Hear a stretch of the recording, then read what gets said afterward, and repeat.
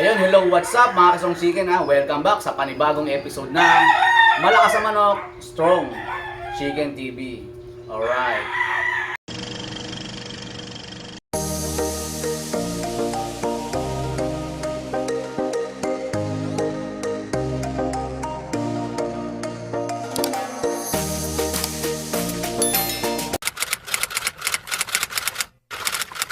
A few moments later. Ayun, hello, what's up mga kasong chicken ha? Mga malakas ang manok ha, mga kainsan ha? Ayan, kung bago ka pa lang sa aking YouTube channel yan, huwag kalimutan nga palang mag-subscribe and then like and share and then pakihit na rin ng notification bell para updated kayo sa aking YouTube vlog tsaka YouTube content. So, mga ka-strong chicken, mga kalakas ang manok ha, mga kainsan ha, pakipalo na lang din po pala ang aking Facebook page, yung Strong Chicken Game Farm. So, bago pa lang po yung account ko na papalo na lang po ang Strong Chicken Game Farm and then paki-subscribe na rin syempre yung aking account na YouTube channel na Strong Chicken TV yan. Sa mga bago po, yan, paki-subscribe na lang po and then paki-follow na lang po. So, Meanwhile, so what's up mga ka-Strong Chicken ha? Malakas ang manok ha. Ayan, ito ngayon, dito tayo ngayon sa farm yan, sa farm ni Boss John yan, ng JGD Max Game Farm. So, napasyal tayo dito kasi nagatid tayo ng manok dito kay Paring Neil. Ayan, si Paring Neil nandito dito. So, mga ka-Strong Chicken, sinamantala ko na nga rin pala mag-vlog kasi birang-bira tayo makapunta rito. So, eto, ngayon, nandito tayo ngayon sa kanyang manukan. Bali, eto nga po pala mga ka-Strong Chicken is farm to ng ating kaibigan, tsaka boss na rin, syempre, si Boss John. Pasensya na, shoutout nga pala sa'yo. Sigurado mapapanood mo to, pero ipapaalam ko na rin sa'yo na makapag-vlog dito. So, pinaalam ko na rin kay Paring Neil sabi, okay lang naman daw. So, ayan, nandito tayo ngayon. Kaya nandito tayo ngayon sa farm mo. So, ayan mga ka-Strong Chicken, mga kalakas ang manok. Nandito tayo ngayon sa farm ng nila Boss John. JJD Max Game Farm, ayan. So, by the way nga pala mga ka-Strong Chicken, ito may nakahanda nga pala sila ngayon. So, ito sabi ni Paring Neil nga pala is naka-line up to para sa bakal ng Candas Brother. So, sa February 28. So, tama no? Paring Neil no? So, sa February 28. So, ayan, yan yung mga naka-line up nila bakal sa bakal. So, nakahanda yan. So, actually, makikita natin to sa February 28 kasi pupunta rin tayo ron sa event na yun. So, lagi naman yun mga ka-Strong Chicken, pagka may pa-event yung Candas Brother, yung bakal sa bakal 1, 2, 3, nakapunta na tayo ron hanggang 4. So, yan. So, hindi natin pinapalampas yung event na yun. So, ito. Ayan, nakita na rin natin yung mga hinahanda nilang mga pack-entry nila sa bakal. So, ayan, mga ka-Strong Chicken. So, nandito tayo ngayon sa farm ni Boss John. Ayan, so, ang pangalan ng farm niya, mga ka-Strong Chicken para nga pala sa mga subscribers ko, sa mga solid subscribers ko, solid followers, ayan. So, papalo na lang din po yung farm ni Boss John. Ayan nga po pala, JJD Max Game Farm. So, medyo mahirap i-pronounce yung Max. So, ayan. So, ang located nga po pala ng farm nila Boss John is dito sa Bulacan. So, medyo malaki na rin po to. So, 4,000 square meters. So, malaking farm na rin po to. So, ayan, pasyal lang po tayo kasi gawa nga at nagatid tayo rito ng manok. Sinamantala na rin natin mag-vlog. So, ayan, mamaya iikot tayo mga ka-Strong Chicken dito sa farm ni Boss John. So, in-introduce ko lang itong ano nila, yung gradas nila. So, ang ganda ng gradas nila, simple lang pero unique, cute. Tapos ang ganda ng, alam mo yung mga ka-Strong Chicken, mga malakas sa manok, mga kainsan. Napakaganda ng tarpaulin ni Boss John, no? So, simple lang pero grabe. Sana magkaroon din tayo ng tarpaulin na ganyan someday. Siyempre, pinapangarap natin yun. Pero sa ngayon, malabo pa yan. Kasi si Boss John, mapera yan eh. Ayun mga ka-Strong Chicken, so ito mamaya iikot ako. Papakita ko sa inyo yung kanilang mga bloodline dito. So, ang sabi ng kanyang handler na si Paring Neil, ang mga bloodline nila rito is mga Boston. Tama, pre no? Boston sweater, yan. Galing nga pala yung mga bloodline nila kay Sir Mau, yan. Alam ko, doon sila bumili ng materials kay Sir Mau Arcierto. So, by the way, pre, ilan yung nakuha nyo ron? Marami rin. Basta doon sila kumuha mga ka-Strong Chicken. So, papalo na lang din pala yung ano nila. So actually alam ko may page to sila Boss Jonjon eh. Yung ano nila to, pinupost nila. So papalo na lang din para sa mga yung mga subscribers ko, mga followers ko. So pwede nyo ipalo. So actually nagbebenta rin pala sila rito mga ka-Strong Chicken. So ngayon wala nalaman kasi ang alam ko si Boss Jonjon is puro laban lang. Pero pag may mga buyer daw na pumupunta yan, nagbebenta naman daw po sila. So sa mga yun nga, sa mga subscribers ko, sa mga followers ko, mag-message lang kayo sa akin.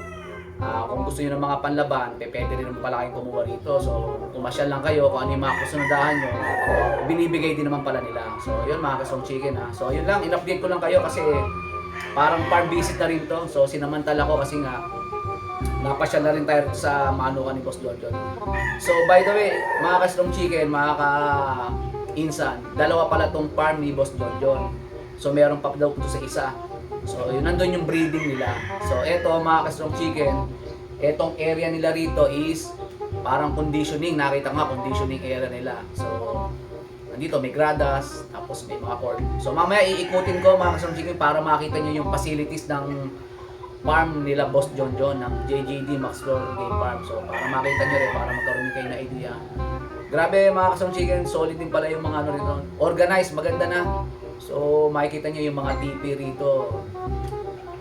Uniform, yan, uniform mga ka-Strong Chicken. So magaganda rin. So makikita nyo rin yung mga bloodline nila rito.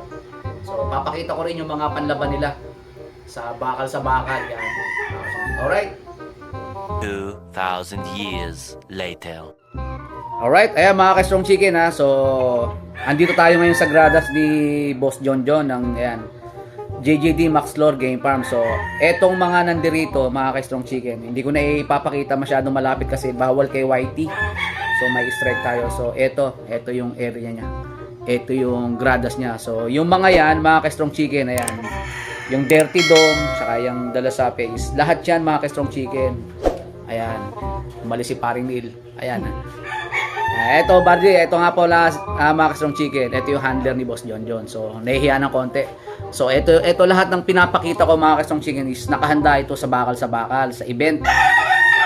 Event ng Canlas Brother, yung pa-derby nila ng 5-cock derby, tama di ba pre no? Nakausap ko nga po pala yung yung Canlas Brother sa Expo. So, ayan nga. Ito yung mga nakahanda nila, ayan. So, ayan, mga actually sarasa to eh. Tapos the rest, ayan mga ka-Strong Chicken yung mga nakahanda nila para sa event nila sa bakal. So, iikot pa tayo. So, eto, ayan mga ka-Strong Chicken. So, grabe. Simpleng-simple yung gradas ni Boss Jonjon pero ang ganda tingnan no kasi puti yung background niya. Tapos yung pinaka tarpaulin niya is green. So, nabuhay talaga. Ayan.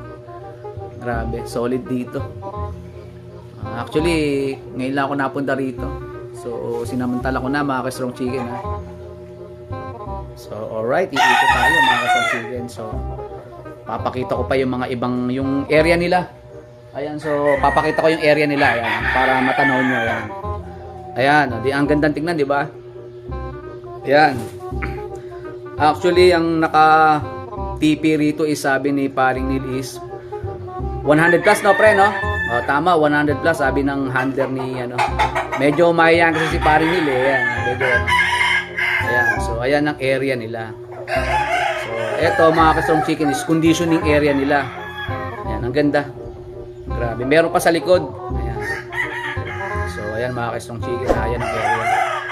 So iikot tayo mga ka-Strong Chicken para makita nyo naman yung area ni Boss Jonjon ng JJD Maxlore Game Farm. Ayan. So pwesto tayo rito sa Malayan. Ayan yung mga malayuan na yung gradas niya, medyo malayo. So, yung mga nandiyan dyan, mga ka-Strong Chicken is nakahanda yan para sa bakal event yan. So, iikot na ako mga ka-Strong Chicken. So, ayan. Bawal kay YT yan. So, ito yung mga sample ng mga manok nila yan. So, breeding na daw nila yan. So, ito sa mga puti. Ang gaganda ng mga puti nila rito, mga ka-Strong Chicken. Grabe, solid. Ayan. Ang sabi ni Paring Neil, yung mga puti daw yan, Slim Binoy. So, yung mga Slim Binoy nila. Ayan. So, pakita natin. Ayan. Solid to, mga ka-Strong Chicken. Ayan. So, ayan ang Slim Binoy nila. Ayan. So yung mga white nila is Slim Binoy yun. Alam ko nga mo. The rest malaki rin to mga kasong chicken. Pag 360 degree mo malaki rin. So ayan yung farm nila. So meron pang area doon naman no. May pwesto pa ron so lalagyan pa raw nila yon. Kaya inaayos nila yon. So ayan mga kasong chicken. So pupunta tayo sa hardening pen nila. Ayan mga kasong chicken. So buti nakisama yung panahon at medyo malilim yan. So ito parang ang ganda nito oh. Pumukaw sa aking mata.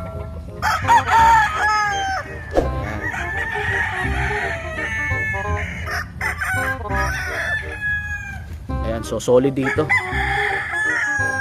Ayan. Punta naman tayo sa kanilang hardening pen yan. So ito yung mga hardening pen nila. Ayan mga kaswang chicken ha.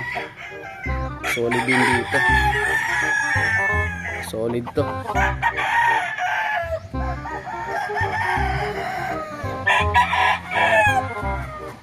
So ayan yung iba walang laman. So ayan.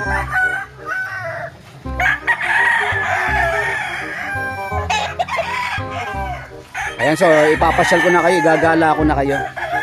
So bali ang area lot nila rito is 4,000 square meter. So malalaki rin daw. So ito yung mga hardening pen nila. Yan yung mga area na yan. So hardening pen nila yan. So nandun naman yung mga babae. So grabe solid din dito mga kasong chicken ito. Pakita ko lang ito. Ang ganda na ito. So medyo hindi natin lalapit, bawal yan. So yan.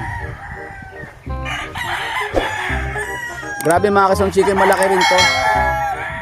Siguro 100 plus ang kasyang ano nila, nakatali. So papakita ko naman yung sa mga babae nila.